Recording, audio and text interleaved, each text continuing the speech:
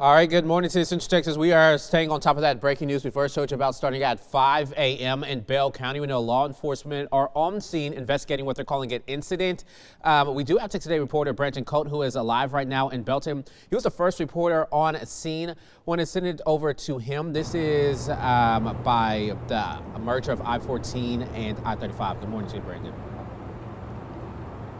Hey, good morning, guys. The scene is still active here on Main Street as traffic is still blocked off, but about to get more information here. We got Corey Powell from the Bell County Sheriff's Office who's about to share more on what happened this morning. Good morning, Corey. All right, so this morning at Thursday, June 26th, approximately 2:50 a.m., a deputy at the Bell County Sheriff's Office caught a vehicle speeding on West Adams and Temple. The deputy turned on the vehicle, attempting to make a traffic stop. The vehicle did evade the deputy and his emergency lights and sirens. They made their way to Interstate 35 and went southbound. They exited the interstate here in Belton, where the evading vehicle struck another vehicle, a citizen.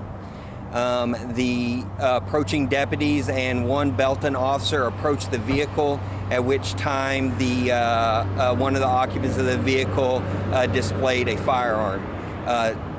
The two deputies and the Belton officer fired onto the vehicle. One occupant fled the vehicle, and one was rendered aid after, was taken into custody after the shooting incident. That male has been transported to Baylor Scott & White in Temple by Belton EMS. The driver of the vehicle that was struck by the evading vehicle was also transported to Baylor Scott & White in Temple. We are currently following up on the occupant that fled. And so the Texas Rangers are investigating the incident, and the district attorney's office has been notified.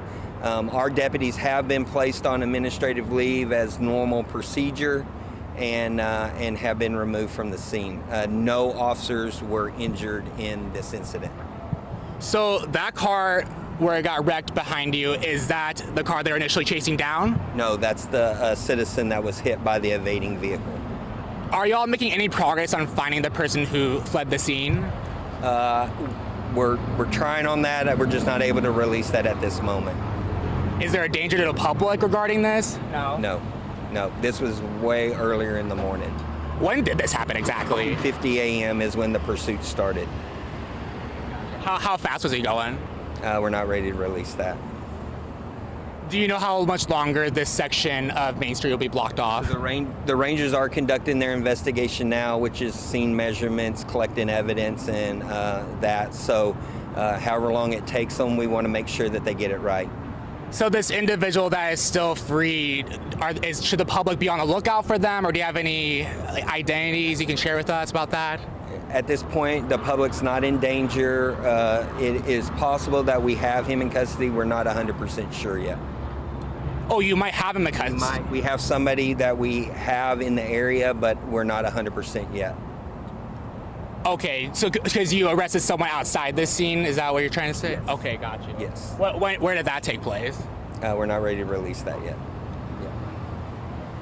Is there anything else of importance the public should know about what's going on behind us that we haven't talked about yet? No, I mean, this is a fluid scene, and this is the information that we have now, and obviously things can change, but that's what we know at this point.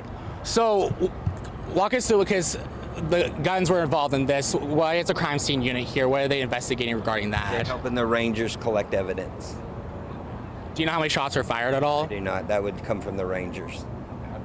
Well, I think that's all the questions I have. Do you have any more questions? Okay, well, appreciate your time, Corey. Thank you so much. Yeah. Well, Micah and Jasmine, that was Corey Powell from the Bell County Sheriff's Office explaining what happened this morning. So they're still looking for this individual, and they may or may not have this individual in custody. So we will be following up on this to get more information.